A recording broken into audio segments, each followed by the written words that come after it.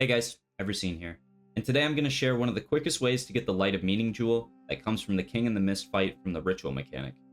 Now to start off the strategy, I want to mention that there are variants I will go over, but this is not a profit strategy and is simply targeting getting the most King and the Mist encounters to get the Light of Meaning jewel. I play hardcore solo self-found, and so therefore I don't really care about profit per hour.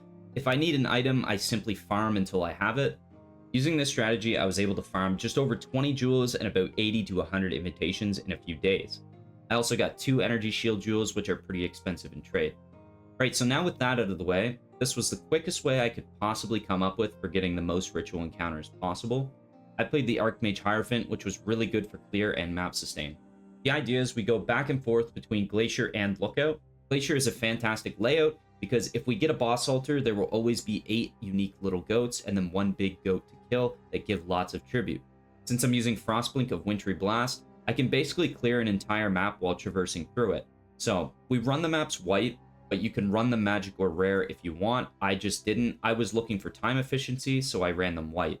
I was able to over-sustain maps by simply checking the ritual, and if it wasn't a nameless ritual, I skip it, go to the boss, kill the boss for a chance at a map, and then go directly into the next map. Another question you might ask is, how are you able to get enough tribute to defer 4 invitations? Well, it's simple really.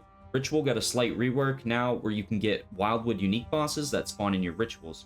Basically, the priority for doing all 4 of your altars will always be the boss altar first, or the Wildwood unique bosses, and then any altar that has a lot of mobs, a shrine in it, or just a nice open area.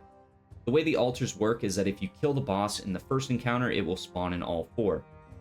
I managed to defer all 4 invitations almost every single time except for a few times where I did a maze map which had tiny rooms with not a lot of mobs, and also got unlucky with no boss altars or Wildwood bosses. Another map I got unlucky on was actually a Maze of the Minotaur map, and I also had a boss altar. Sadly, still didn't have enough tribute and only got 3 invitations. I stopped doing Maven Witness Guardian maps after this experience, but every single time I have been able to get 4 invitations, except for 3 to maybe 4 times where I only got 3 invitations. So in total, I've only really lost out on 4 invitations. So now farm all of your Glacier maps while favoriting Lookout on all of your favorited slots except 1. This is because we're going to use singular focus on this strategy so we can sustain maps. So we basically want either Lookout or Glacier to drop for us. We have the 1 favorite slot on Glacier because we could drop that map while we were in a Glacier map. I would farm all of 1 map and then switch to the other map. While farming Glacier, it's important to do a boss ritual encounter if you see one. Typically, you'll get around 4k tribute, which will be enough to do 1 fresh reroll and a chance to buy some splinters. We want splinters because we want the vessels for cashing out our ritual invitations in fewer maps once they are deferred. Once you build a vessel, simply grab the boss altar and move on. We will use 2 of these vessels in combination with Scarabs to get enough tribute to clear all 4 of our deferred invitations. Basically, we're doing about 1 to 2 minute maps, so seeing on average maybe 40 to 60 ritual encounters an hour with a reasonable pace. So this is pretty big for trying to hunt for the nameless ritual.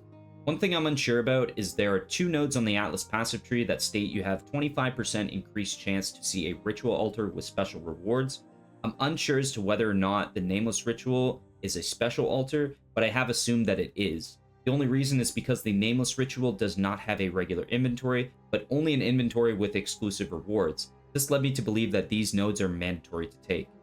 Now the nice thing about this strategy is that it costs 0 Scarabs, and I simply ran all of my maps white and just kept blasting. I'm an SSF, so Scarabs aren't really plentiful. That makes it really easy to incorporate other strategies into the mix if you see fit. Now keep in mind that everything you add to the core strategy is going to take up more of your time, so if you're only concerned with getting the Light of Meaning jewel, I would only do the original strategy. You can do most of the mechanics with this strategy actually. Some slow you down more than others.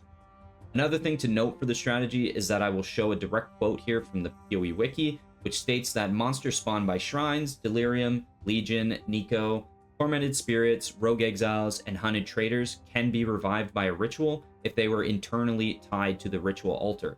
So this basically means that they spawned within the ritual circle in the map and were also slain there. Other monsters from League mechanics cannot be revived. Things to incorporate into the strategy are Betrayal. Betrayal is really nice because it's not dependent on the rarity of the map, and the encounters can be done rather quickly. I was simply doing the encounters trying to get Gervasius, rank 3 in transportation, and then doing the Katarina fight. I was able to get a nice little jackpot sometimes from Gracious. I got a couple Mirror Shards. I've gotten Risloth as Coil, and also I'll get the Veiled Orbs from Katarina. Another variant that could be done is by doing Alva with this strategy, since it also isn't dependent on the rarity of the map. We can simply build temples and either use them ourselves or sell them. You can also do Maven Witness, for instance, if you did the Silo map, although this version you may not be able to get enough map sustain, but if you really wanted to, you probably could. I also tried doing Maven Witness White Guardian maps for Invitations, but stopped as per what I mentioned earlier. Another thing, if you're going to do the Silo strategy, is that if you do get a boss Nameless Ritual, you will have to complete the map, which will ruin your Maven Witness loop. You could also do Harbingers with this if you want, but it's slower for sure. Delirium is a really good mechanic for this because it doesn't slow you down a bit and actually gives you more monsters in your rituals because they count as native monsters. Heist is another way that you can get, lots of blueprints, you can get lots of rogue markers and contracts, and it doesn't slow you down at all. Now let's talk about the atlas I used for this strategy. So I used two atlases. One is just a pure ritual one, and then another one is ritual and betrayal. For the ritual one, to start off, we are taking everything ritual. That is not these two keystones here because they are just terrible. Other than that, I took shrines because it makes the maps faster, as well as they count as native mobs, which can drop maps and can be in the ritual. The other thing I took was all of the additional tier map drops, as well as some adjacent map drop chance for sustain. We took singular focus to get more maps, and I took almost all of the increased explicit modifier nodes since they increase pack size, which is really good for ritual. You could also omit some of this quantity wheel in the middle if you want, but I did it just simply for map sustain. Now I'll show you my other tree for farming ritual and betrayal together, which I use for a big part of the strategy. It does slow you down doing syndicate, but I got a ton of veiled orbs doing this. Basically all the same things talked about before, but we were taking all of the betrayal nodes and less adjacent map drop nodes. Alright, and that's going to wrap up the video, guys. I'd like to thank everybody that's watching. I hope you guys maybe learned something from this.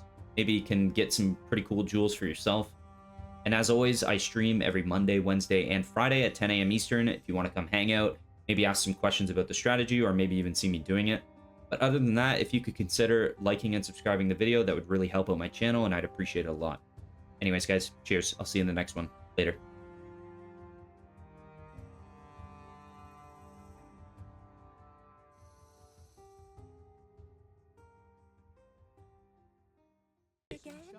Oh, surely you can't. Surely you can't.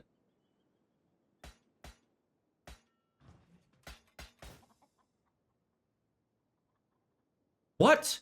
I didn't know you could do that. Great job, Isla. Oh, wait, what? Was that just a troll? Wait, what? Wait, what?